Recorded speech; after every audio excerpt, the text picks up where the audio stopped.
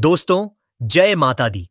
क्या आप जानते हैं कि अगर नवरात्रि के दौरान एक छोटी सी गलती कर दी जाए तो उसका पाप इतना बड़ा होता है कि नरक में भी जगह नहीं मिलती।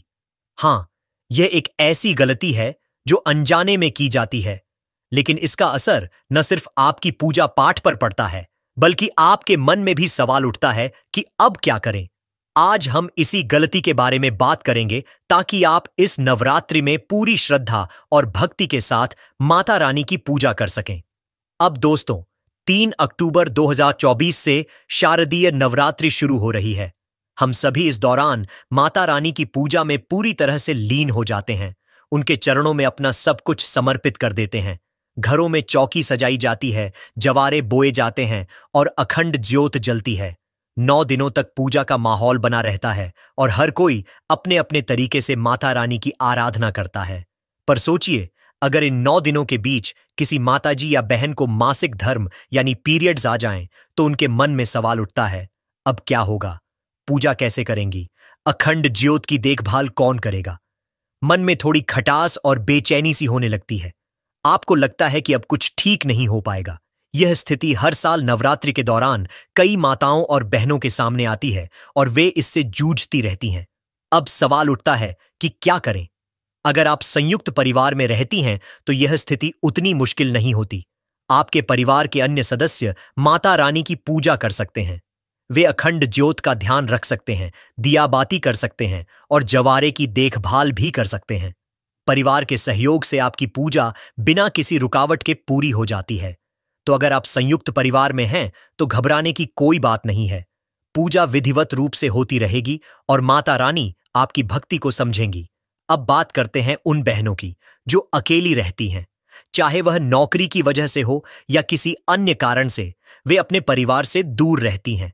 ऐसे में जब मासिक धर्म आ जाता है तो उनके मन में यह सवाल उठता है कि अब पूजा कैसे होगी। पतिदेव सुबह ऑफिस चले जाते हैं और फिर पूरा दिन मन में चिंता बनी रहती है कि शाम की पूजा कैसे होगी। अखंड ज्योत की देखभाल कौन करेगा? यह स्थिति वाकई में चुनौतीपूर्ण होती है, लेकिन इसका समाधान है। आपको क्या करना चाहिए?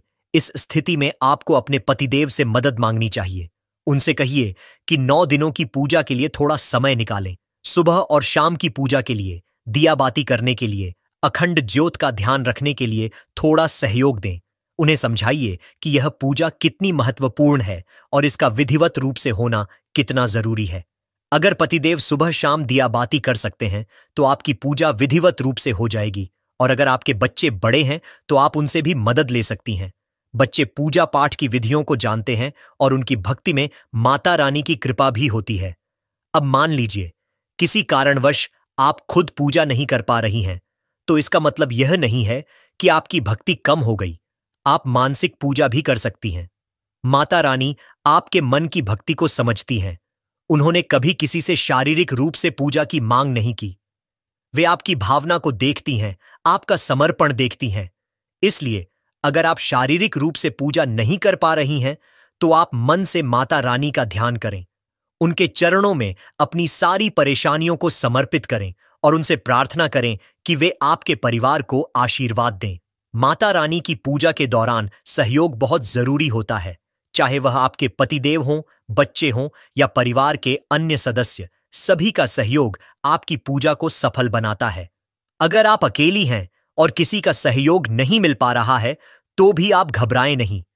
मानसिक पूजा में भी उतनी ही ताकत होती है जितनी शारीरिक पूजा में।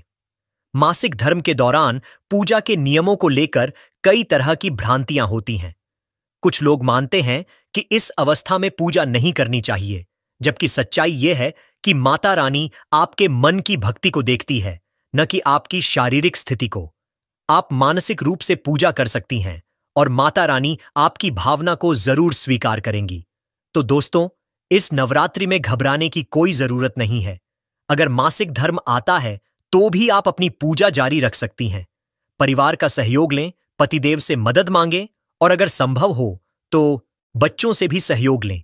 और सबसे महत्वपूर्ण बात यह है कि मानसिक रूप से माता रानी की आराधना करें। वे आपकी भक्ति को समझेंगी और आपको आशीर्वाद देंगी। अगर आपको यह वीडियो पसंद आया हो तो इसे लाइक करें और प्रकाशित जिंदगी चैनल को सब्सक्राइब करना न भूलें। कमेंट में हर हर महादेव या राधे राधे लिखकर बताएं कि आप कहां से देख रहे हैं। हम जल्द ही मिलेंगे एक और नई जानकारी के साथ। तब तक के लिए जय माता दी।